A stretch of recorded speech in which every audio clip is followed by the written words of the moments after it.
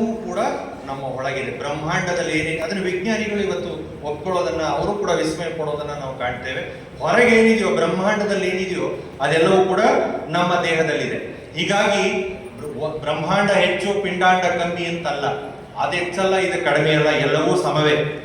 ಅದಾದ ನಂತರ ಚನ್ನಬಸವಣ್ಣವರು ಇಲ್ಲಿ ಒಂದ್ ಕಡೆ ಬಹಳ ವಿಶಿಷ್ಟವಾಗಿ ಹೇಳ್ತಾರೆ, 1 ಕೋಟಿ ಯೋಜನ ದೂರ ಅಗಲ 100 ಇಲ್ಲ, ಇದು ವ್ಯಾಖ್ಯಾನಕಾರ ಹೇಳೋ ಮಾತು. 1 ಕೋಟಿ ಯೋಜನ ದೂರ ಅಗಲ 100 ಕೋಟಿ ಯೋಜನ ಉದ್ದ 500 ಕೋಟಿ ವಿಸ್ತೀರ್ಣ 1 ಅರ್ಬುದ ಯೋಜನ ಸ್ಥೂಲ. ಇದು ಏನು ಅಂತ ಹೇಳಿದ್ರೆ ಬ್ರಹ್ಮಾಂಡದ ಅಳತೆ. ಅವರು ಹೇಳುವಂತ ಬ್ರಹ್ಮಾಂಡಕ್ಕೆ ಬಹುಶಃ ಅಳತೆ ಬರೆದಿರೋದೇ ನಾನು ಇಲ್ಲೇ ನೋಡ್ತು. ಅಷ್ಟು ಬ್ರಹ್ಮಾಂಡ ಒಂದು ಮಾರು 3.5 ಮೊಳ 96 ಅಂಗುಲ ಪ್ರಮಾಣವುಳ್ಳ ಈ ಪಿಂಡದೊಳಗಡೆ ಅದು ಇರುತ್ತೆ ಅಂತ ಹೇಳಿ ಅವರು ಬರೀತಾರೆ.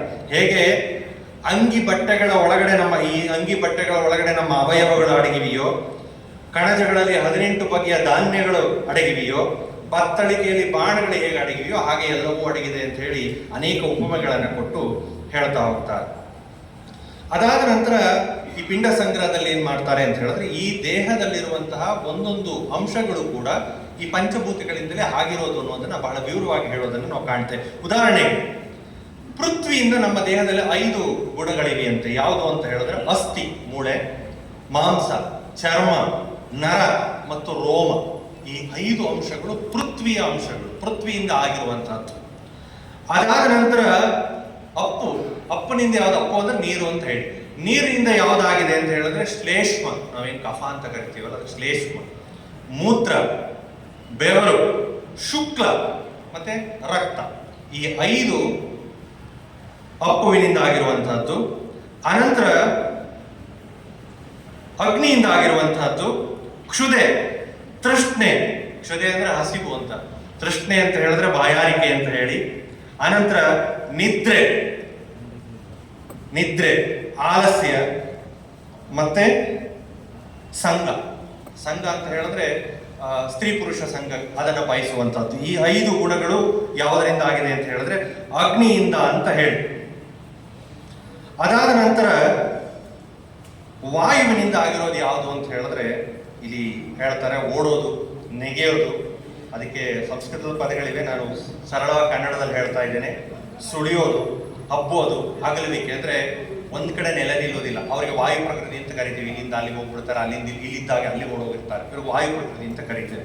ಈ 5 ಅಂಶಗಳು ಯಾವುದರಿಂದ ಆಗಿದೆ, ಯಾವುದರಿಂದ ಅಂತ ಹೇಳಿದ್ರೆ ಅದು ವಾಯುವಿನಿಂದ ಆಗಿರೋದು ಅಂತ ಹೇಳ್ತಾರೆ. ಅದಾದ ನಂತರ ನಮ್ಮಲ್ಲಿರೋ 5 ಗುಣಗಳಿವೆಯಲ್ಲ, ಯಾವುದು ಅಂದ್ರೆ ರಾಗ, ದ್ವೇಷ, ಭಯ, ಲಜ್ಜೆ, ಮೋಹ. ಇವೆಲ್ಲವೂ ಕೂಡ ಆಕಾಶದಿಂದ ಆಗಿರುವಂತಹ ಗುಣಗಳು ಅನ್ನೋದನ್ನ ಇಲ್ಲಿ ವ್ಯಾಖ್ಯಾನಕಾರರು ಹೇಳ್ತಾ ಹೋಗ್ತಾರೆ. ಇದಾದ ನಂತರ ಪಂಚಭೂತಗಳ ಪಂಚೀಕರಣ ಅಂತ ಬರುತ್ತೆ. ಬಹುಶಃ ಆ ವಿಷಯ ನನಗೆ ಇಲ್ಲಿ ಹೇಳಲಿಕ್ಕೆ ಸಮಯ ಇಲ್ಲ, ಅದು ಸ್ವಲ್ಪ ಕ್ಲಿಷ್ಟವಾದ ವಿಷಯವೂ ಹೌದು. ಅದನ್ನ ನಾನು ಸಿರಿಗೆರೆನಲ್ಲೂ ಹೇಳಲಿಕ್ಕೆ ಆಗಲಿಲ್ಲ, ಯಾಕಂದ್ರೆ ತುಂಬಾ ವಿವರವಾಗಿ ಹೇಳ್ಬೇಕು. ಒಟ್ಟು 75 ಗುಣಗಳನ್ನ ಅವರು ಅಡಗಿಸ್ತಾರೆ ನಮ್ಮ ದೇಹದಲ್ಲಿ. ಅದನ್ನ ಹೇಳ್ಬೇಕು ಅಂದ್ರೆ ಬಹುಶಃ ಅದಕ್ಕಾಗಿ ನಾನು ಪ್ರತ್ಯೇಕವಾಗಿ 2 ಅಥವಾ 3 ಗಂಟೆ ತಗೊಳ್ಬೇಕು, ಅಷ್ಟು ವಿಚಾರಗಳು ಅದರಲ್ಲಿ ಬರುತ್ತೆ. ಅನಂತರ ಬರ್ತಾರೆ ಬುದ್ಧೀಂದ್ರಿಯಗಳು. ಇಂದ್ರಿಯಗಳು ಯಾವ್ದು ಬಹುಶಃ ನಿಮ್ಗೆ ಗೊತ್ತಿರುತ್ತೆ. ನಮ್ಮಲ್ಲಿ ಬುದ್ಧೀಂದ್ರಿಯಗಳು ಅಂದ್ರೆ ಜ್ಞಾನೇಂದ್ರಿಯಗಳು ಅಂತ ನಿಮ್ಮೆಲ್ಲರಿಗೂ ಗೊತ್ತಿದೆ. ನಮ್ಮ ಜ್ಞಾನೇಂದ್ರಿಯಗಳು ಯಾವುದು? ಶ್ರೋತ್ರ, ಜಿಹ್ವ, ನೇತ್ರ, ತ್ವಕ್ ಮತ್ತೆ ಗ್ರಾಣ ಅನ್ನುವಂಥ ಪಂಚೇಂದ್ರಿಯಗಳು. ಇವುಗಳನ್ನ ನಾವು ಜ್ಞಾನೇಂದ್ರಿಯಗಳು ಅಂತ ಕರಿತೇವೆ. ಅನಂತರ 5 ಕರ್ಮೇಂದ್ರಿಯಗಳ ಬಗ್ಗೆ ಹೇಳ್ತಾರೆ. ಯಾವುದು ಅಂತ ಹೇಳಿದ್ರೆ ವಾಕ್, ಮಾತು, ಪಾದ, ಪಾಯು ಮತ್ತೆ ಗುಹ್ಯ. ಈ 5 ನಾವು ಕರ್ಮೇಂದ್ರಿಯಗಳು ಅಂತ ಕರಿತೇವೆ. ಸೊ 5 ಜ್ಞಾನೇಂದ್ರಿಯಗಳು, 5 ಕರ್ಮೇಂದ್ರಿಯಗಳನ್ನ ಹೇಳ್ತಾರೆ. ಇದಾದ ನಂತರ ಬರೋದು ನಮ್ಮ ಆಯುರ್ವೇದ ತಜ್ಞರಿಗೆ ಬಹಳ ಇಷ್ಟವಾದಂತಹ ಒಂದು ವಿಚಾರ. ಏನು ಅಂತ ಹೇಳಿದ್ರೆ ದಶವಾಯುಗಳ ಬಗ್ಗೆ ಬರ್ತಾರೆ. ಸೊ ಆಯುರ್ವೇದ ಗ್ರಂಥದ ವಿಚಾರಗಳು ಇಲ್ಲಿ ಸಾಕಷ್ಟು ಬಂದಿದೆ ಅನ್ನೋದಕ್ಕೆ ಹೇಳಿದ್ರೆ ದಶವಾಯುಗಳು ನಮ್ಮ ದೇಹದಲ್ಲಿ